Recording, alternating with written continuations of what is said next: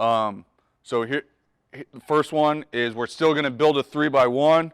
So we're going to run power read to this side, and here's your number 2 and number 3. They're both going to arc, so they're going to have this guy, and then the second or third guy that shows up from the backfield, they're going to pull inside out for this guy, and the quarterback should be reading him. So this was when we first started breaking this play out.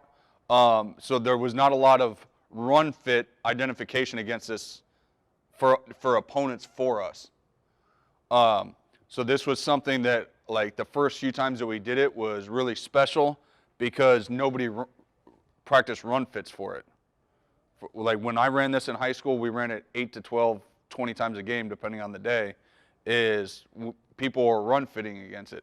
I wasn't used to having 2 and 3 guys chase the backs like that and that big of a hole in a long time, even like especially at the college level, because that's pretty special right there to have that big of a lane.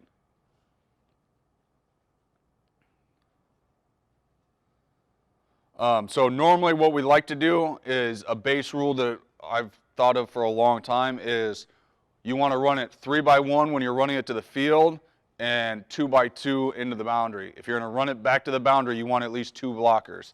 And of course, this clip comes up, which we run it 2x2 to the field, but it works out against that odd front. Unblocked defender 1-2. So there is no. If this guy were to squeeze and this guy got into a dead sprint, there is nobody to block him. So that's the one thing that when you're building the preparation for this is who takes care of this guy if he takes off dead heat after the guy in a sprint. But if that's the case, that's where protecting your plays, if you're going to run something like this, maybe that's how you present Tampa, is you actually teach the quarterback to shuffle like he does on power read, even though he's going to give it and the back's going to turn up, or the quarterback's going to run Tampa and it's just a fake and he's running Tampa. If you can get that guy to run and you can kick out that end guy, now you have 2 plays that look the same, but you're doing something different to them each time, and one's a design one and one's a read. But that's a whole different story right there, because then that gets back into the read option days.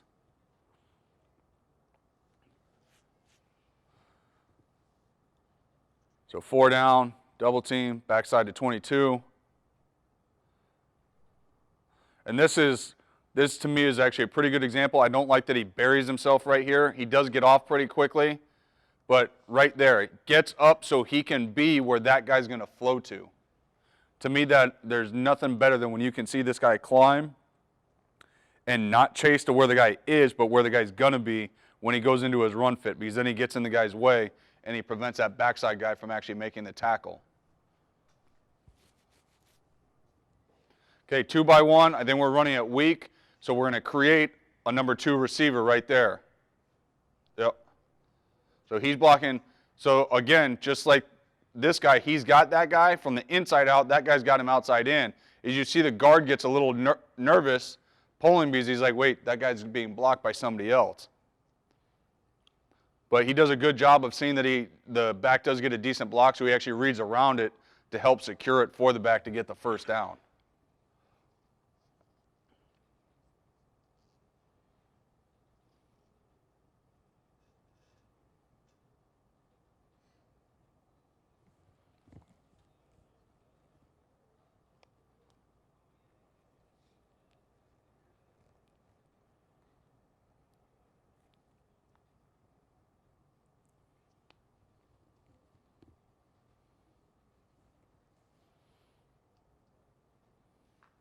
Same thing. Okay, back into the boundary, so we're creating a 2x2. Get up to 47. When we scout them, we want to know which one of those 2 is going to be the softer one and which one's going to be the more aggressive tackler. He should be push cracking that guy if that guy's going to be downhill that hard. And if he doesn't, then we got to get on the horn from upstairs to downstairs to tell them to either make that adjustment or get ready to throw a play action off of it.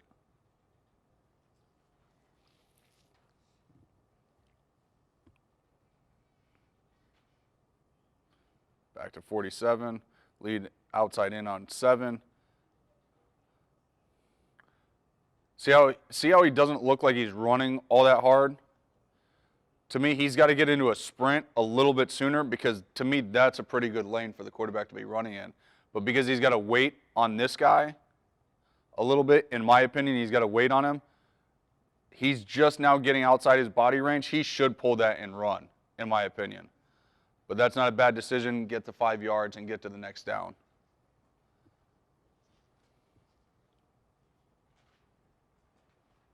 Same thing. Back to the field now. So same thing. Feels like that guy redirects to the back. We get Nickel Sam and Mike chasing the back now.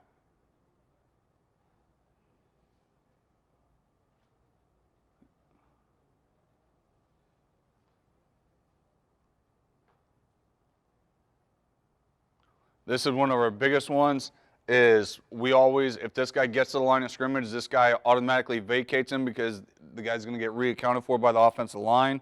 So you need to climb, but you got to climb right now to the safety. Because if that guy's down, that guy's got you. You can't have a patience block when your guy disappears. You got to get up to that safety right now. Oh, this one's pretty funny.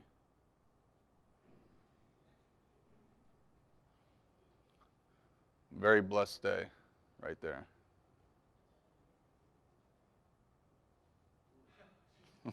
Yeah.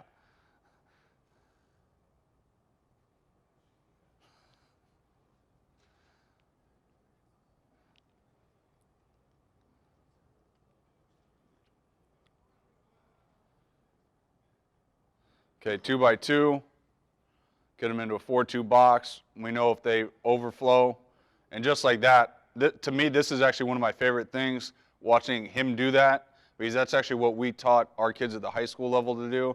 If that guy comes straight up field, you know the quarterback's going to pull it, so you need to be the trap blocker and put your freaking face mask in his chest and just go knock him down.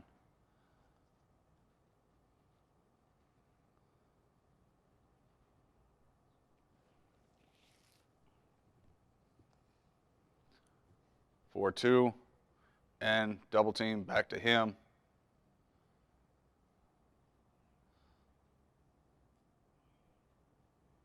We knew that like some of their run fit stuff is if he's on a down block, he's going to squeeze and he's going to hard scrape. So we knew that there wasn't going to be somebody running to the back because he was going to hard scrape for the quarterback.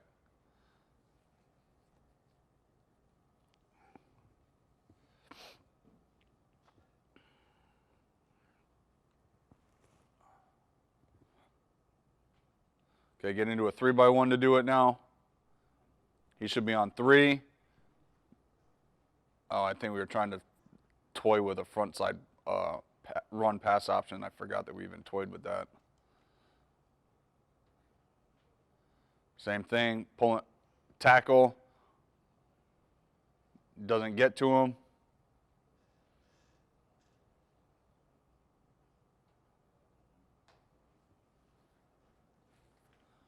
But nice and simple.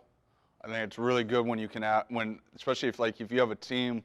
We've all had those really fast kids that play running back but don't want to run inside, or the old wing or fly sweep kid that guys have had, depending on what offenses you run.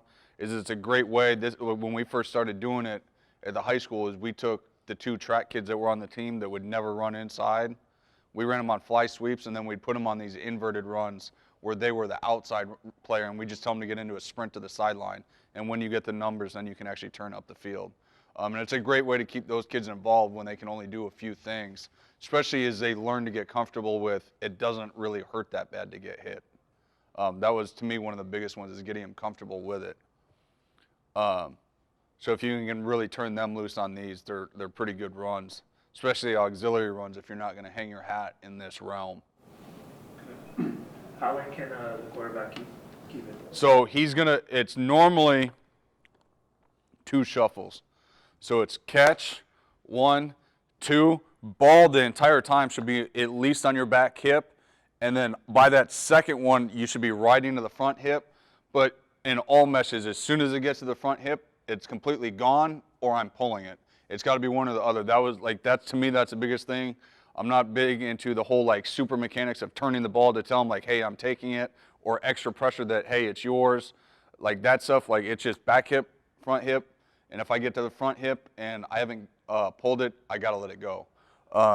And so it's normally 2 shuffles, and then it's getting the back to run full speed to really get them used to it. Because when the backs go slow, then they can't make a decision in time, and then those defensive ends can stand there.